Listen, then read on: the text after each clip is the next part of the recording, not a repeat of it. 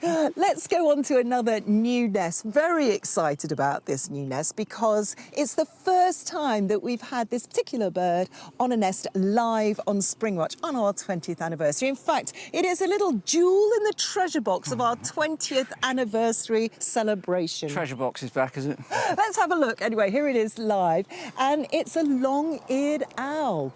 You reckon that's a grumpy-looking bird? I don't think so, actually, Chris. No, come on, it just looks content. It's all fluffed up, looking content. I don't think it's grumpy. Oh, I don't know about that. But lovely to see it in the light because this is very much a nocturnal, secretive bird. So when we see it active, it is going to be in the dark. Love the fact that it's completely distracted by that moth. It's in a nest. It hasn't built that nest itself, and it's in a wood. And usually it will take over a nest of a corvid or maybe a squirrel, and that nest is usually by somewhere where there's good hunting grounds. When it comes off, the female, you can see, well, we think there are 3 chicks in there. We've only actually seen 2, but we do reckon there are 3. It's rained over the last couple of nights, and its main prey is vole. Very difficult to catch vole in the rain. So very pleased to see that the male comes in with an alternative, and that's a blackbird. So that blackbird will be fed to the chicks. And as I say, that's really good news because otherwise those chicks would go hungry. If it couldn't get the voles, it's not going to get them when it's raining. So in comes the blackbird. And there it is, looking content, not grumpy, just content, a little contented long-eared owl. It caught a young blackbird in the middle of the night, which is quite interesting, isn't it? I wonder how it found it. That's true enough, actually. Maybe it was sitting on a nest. Maybe it took it from a nest. Maybe it took it from a nest. We know that tawny owls will take birds from nests like that. Let's have a look at our live wildlife cameras. We've just had a live badger. Let's go to our long-eared owl nest. That's the tawny. That's the tawny. That's the tawny. Oh, hold on. Now, we've only... They're drinking in the... There we go. Now, they are pretty much, they're strictly nocturnal. Look at those eyes. Oh, that's great, isn't it? Do you know what? I haven't had a good look at this camera at night yet, because this is when, you know, when I close up the bar. What are you doing? Home. Doing the dishes? Yeah, well, someone's got to. But it is incredible to see, isn't it? And the story developers did say that the male did come in to bring a feed in, and the female got very excited, but the male came in quite quickly, then it disappeared. Yeah. Story of my life. Yeah. No, but look, that's a fantastic view of a species that's extraordinarily shy and, as you say, strictly nocturnal. So to have a view like this... Oh, there's a chick! Oh. Look, there's a chick there. Do you see that? Yeah! Look, just underneath it. We don't know how many young it's got at this point. We've seen one chick. So we think what? We think there's 2. Do we think there are 2? We think there's 2 at the moment, but obviously there could be more, but we haven't laid eyes on any others yet. That's great, though, isn't it? Oh, hang on. I've just heard in my ear. We just saw 3 moments ago. It's good, isn't it? And what's interesting about the long-eared owls is that they don't build their nests, do they? No, they don't. They occupy the nest of, magpies, crows and that sort of thing. They're not necessarily high. Sometimes their nest quite low. When I say low, I'm talking sort of like 5 metres. A lot of people always imagine that birds like this nest much higher. But, yeah, and they don't do much to the nest, to be quite honest with you. In fact, you know, sometimes people have wanted to encourage long-eared owls. So what they've done is they've got hanging baskets, got rid of the cheesy plants, the geraniums or whatever they've got in them, and then they put sticks in those and put them up into trees, and the long-eared owls have used those. Really? Yep. So you can almost sort of build a bird basket to encourage long-eared owls. If you've got any photos or videos of long-eared owls nesting in flower baskets, please do send them in to us. Well, there's one on the cover of a Hawk Trust manual, actually. Is there actually? Yeah, I remember it, yeah. Where do you want to go next, Ruth? What do you want to have a look at? Oh, can we check out the long-eared owl first? Yes, the long-eared owl. Let's have a look at the long-eared owl. So the long-eared owl, we're in an infrared camera for this one. What's the stats on the long-eared owl? So we've seen 3 chicks so far in this nest. So I'm pretty certain there's 3 chicks in there, and they're likely to have hatched about 4 or 5 days ago. So they're still very small, very fluffy. And we've it's a very nocturnal bird, so as we go into the night now, we're likely to see more activity and food being brought into the nest. But remarkably, and this was something that really surprised me, we saw a feed during the day, and that was the mum feeding food that had been cached in the nest. Ah, nice. Yeah. So not having to go out and hunt, Yeah, but just picking up something that was already in there. exactly. But making sure that those chicks are still being fed. So that was, yeah. And this, we should say, this is, you know, what we smashed it out the park really in week 1 of Springwatch with some cracking species. This is the first time we've ever done a live long-eared nest. In 2020, we did have a pre-recorded COVID nest that came in from a remote base that we had in Wales, but this is the first time we've had it patched live through to the truck where we're able to watch it all the time. So it's such a privileged view. I don't know about you, Ruth, but you don't see many long-eared owls. You don't see. I have to confess, my where I used to live, I had a pair living on my old patch, which was great. Very but nice. even then, you're not going to get views like this, are you? No, and this is one of those birds. We've had it before with things like nightjars, which are really cryptic, and to be honest, they just sit there a lot of the time and don't really do much. But they're so beautiful in their markings that it's just an absolute joy to sit and watch them. And of course, you can't see it on the infrared, but their eyes, the colour, when she turns round and looks with those eyes, they're incredible. It's like it's staring into your soul. Yes, very much. And always scowling, always incredibly grumpy. Yeah. But we're hoping at some point, obviously, the male will probably come in with some food. She looks like she's calling. Yes, I was thinking that. She's definitely... She looks like she's calling. She's got her ear tufts up, and she looks like she's calling, and she will make little calls to the male, just as contact calls, just to say, you know, I'm here. It's probably about time you came in and give us some food. It's a beautiful nest. I find that very calming, watching that nest, which I'm not sure we can say about the nest I'm going to show you now, which is the long-eared owl nest. Let's have a look at that live.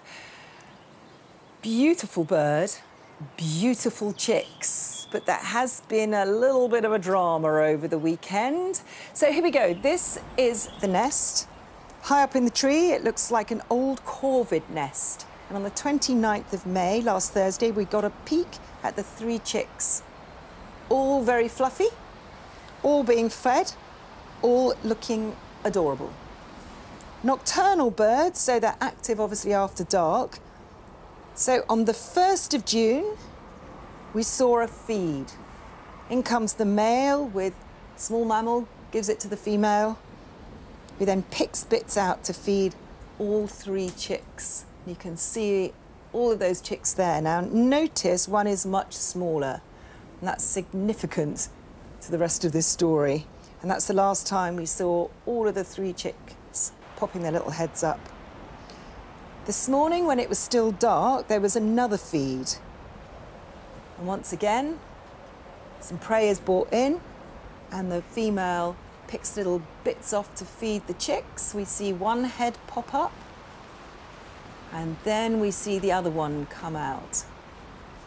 But our nest watchers couldn't see the 3rd chick. So what happened to that 3rd chick, which was the one that was significantly smaller? Well, this morning when it got light, this is what they saw. Sadly, that chick didn't make it. And the mother pulls the head off the dead chick and then proceeded to feed little bits of it to the siblings. Now, we've seen this before. Nothing goes to waste. And that's what nature's all about. So one chick doesn't make it, and I say it's not wasted. It's made the most of. And 2 chicks left, but they're looking good. The 2 chicks are looking good, what can I say? Let's have a look. Here we go.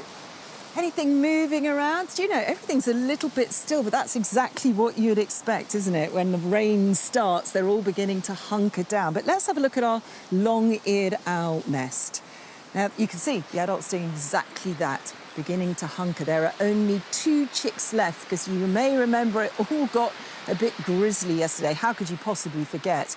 Because one of the chicks died, and then the adult pecked at it, swallowed the head whole, and then gave the rest of that dead chick to the 2 siblings. As I say, there's no Disneyfying of nature, is there? But those 2 chicks are underneath her in that nest, keeping warm, keeping sheltered, and so far doing very well. Hopefully there'll be no more drama in that nest. Let's check up on our live cameras now.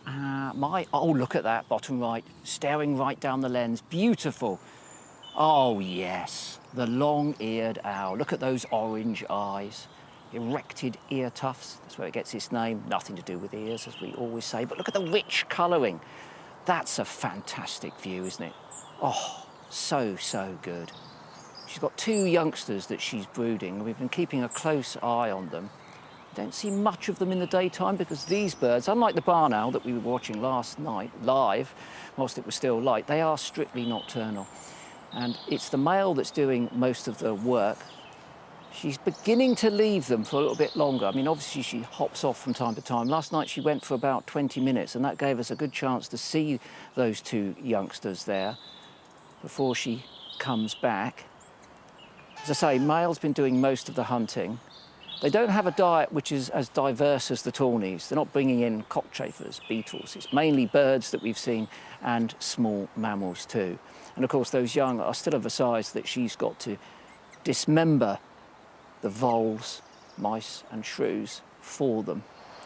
She's tearing it up there. Now, back in daylight, this was a chance that we did get to see the chicks, and that's because she was feeding them, having to stand up to try and tear up the prey. But look, this one's got bigger ideas. The common shrew is going down. This is a perfect example of esophageal peristalsis. Oh, we love that, don't we? A long-eared owl swallowing a common shrew whole using esophageal peristalsis. It's just beautiful. It's exactly what I want from TV. Do you know, I'm interested in those, though, because those chicks don't look like they're getting much bigger to me, do they? They're not growing fast There's anyway. a whole shrew. I know, it should be getting bigger, shouldn't it? Let's go to another nest. Let's go to our long-eared owls. Let's stick with the owl theme. Yes. Well, we are near Sheffield. We are, yes, that's a great link. You made that earlier, and I hadn't put the link together that obviously Sheffield and Sheffield Wednesday are synonymous with the owls. The long-eared owl, much been happening on the long-eared owl, Ruth? There's been a lot happening on the long-eared owl. This has become a bit more of an active nest. So for so long, we were watching this bird brooding the chicks and seeing only very small glimpses of 2 incredibly white, fluffy things, really. And now we're getting to see longer glimpses of those chicks and those owlets as they're developing, and they're beginning to look a little bit more owl-like. They're starting to get their little tufts on the top of their head, aren't they? They are. It's very amazing. sweet. Yeah, it's really amazing. And of course, when they're really small, the mum doesn't, because it is the mum that's doing most of the breeding. In general in this species, so we can only assume that that's the case here. Will spend a lot of time brooding the chicks because they're so small and they need that protection. Whereas now she's starting to take longer periods away from the nest. So in the evening we are getting to see them for longer. Yeah, they're really cool things. How often do you get to sit and look at long-eared owls? Let's do another question here. Keep getting your questions in. We got a question from Mark Goodchild. We are lucky to live in an area with buzzards and kites. Why do they screech when flying out looking for food? Surely it's counterproductive. Well, they're not looking for food if they're screeching, because quite right, Mark, that is very counterproductive. It may be, it's likely if you're hearing them screech that they're contact calling to another, to their partner perhaps, or perhaps signalling they're always being mobbed by crows if you're a bird of prey. You never get any peace, so it might be that they're calling to something else. When they're in hunting mode, they want to stay nice and quiet.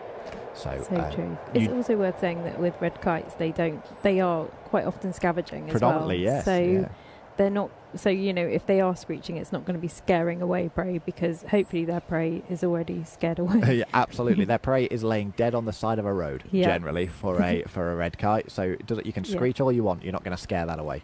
But yes, another thing you will hear, listen out for, as you get into late June, July, maybe a little bit later into high summer, you get buzzards. When the buzzards fledge, oh my word, are they noisy.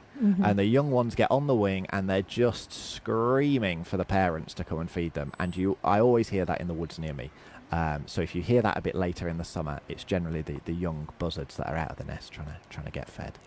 So true. Well, can we stick with the owls, and can I just tell you one of my favourite sounds of this time of year?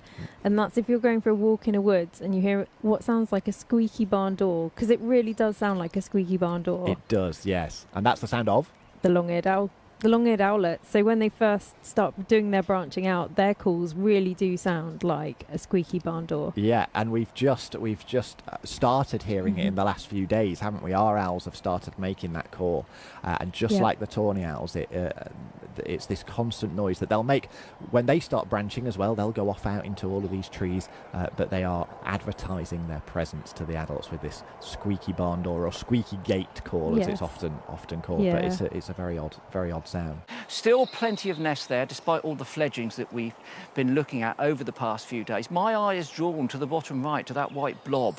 What is that white blob? Well, it's a white blob in the form of a long-eared owl chick. And there you can see no flies on us, but there's a fly on the chick.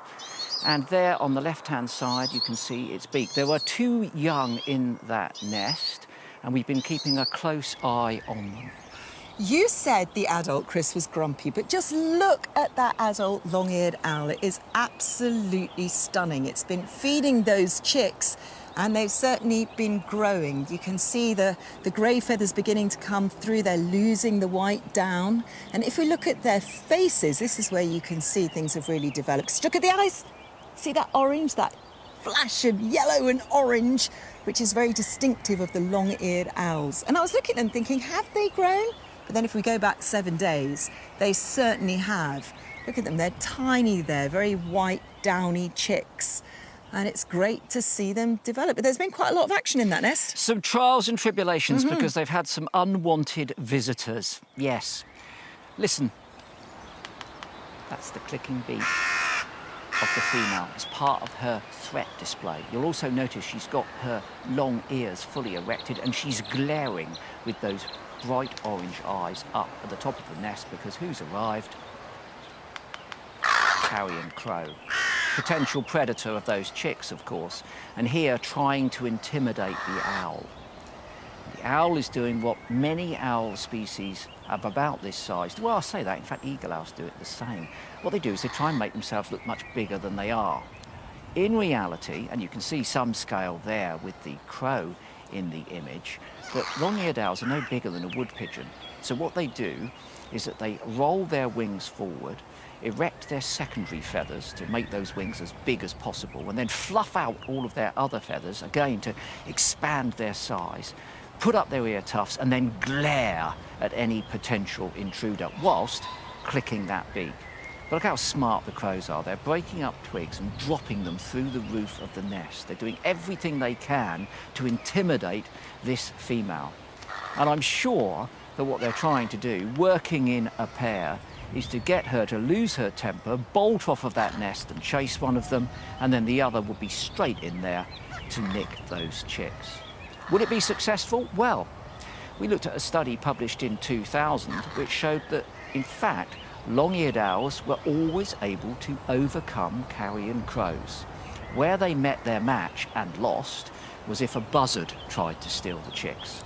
But just look at that to wrap up with. Look at the eyes now, look at that when she looks right down the lens. Look, oh, yes. That's not a grumpy owl, is it? That's an angry owl. What amazing thing to see, though. Amazing action, isn't it?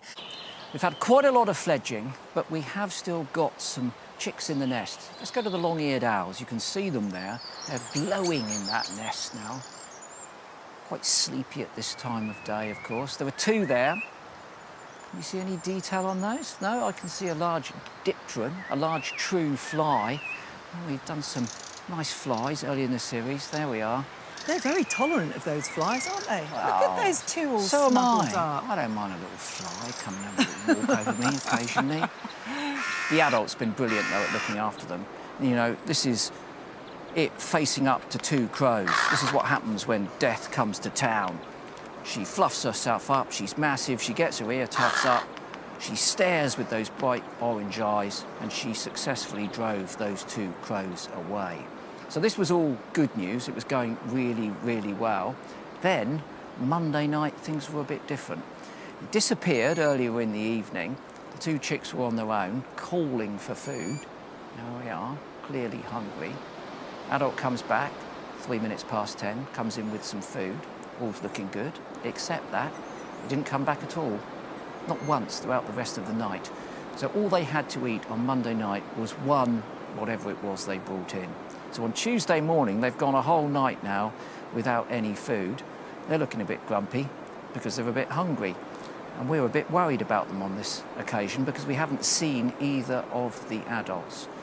Thankfully, Tuesday night, things picked up. Well, they picked up considerably, to be honest with you, because the adults brought in no less than 18 prey items. We couldn't see what they all were. A lot of them were voles. You can see one of the adults dropping them off here, and there it goes down the chick using esophageal peristalsis. And don't we love it? They brought in so much prey that some of it was dropped off the side of the nest. Some of it was cached, and on Wednesday morning, here you can see the female tearing up what remains of that cached food, small mammal there, and giving it to the chicks. They're looking good, full of food. Prey deliveries picked up, no crows in sight. Oh, look at that. Oh, I think they're even less attractive than Spud. Oh, come on. They got happy little faces. They're content owls. They're not pretty, are they? OK, let's take one final look at our live cameras, see what's going on. Oh, what's our eye drawn to? I think the owls. Should we go up to the owls, the long-eared owls? It's lovely, isn't it, just to see them for one last time, because our cameras will be turned off after the programme. And if you have been watching them online, I hope you've really enjoyed all of our cameras.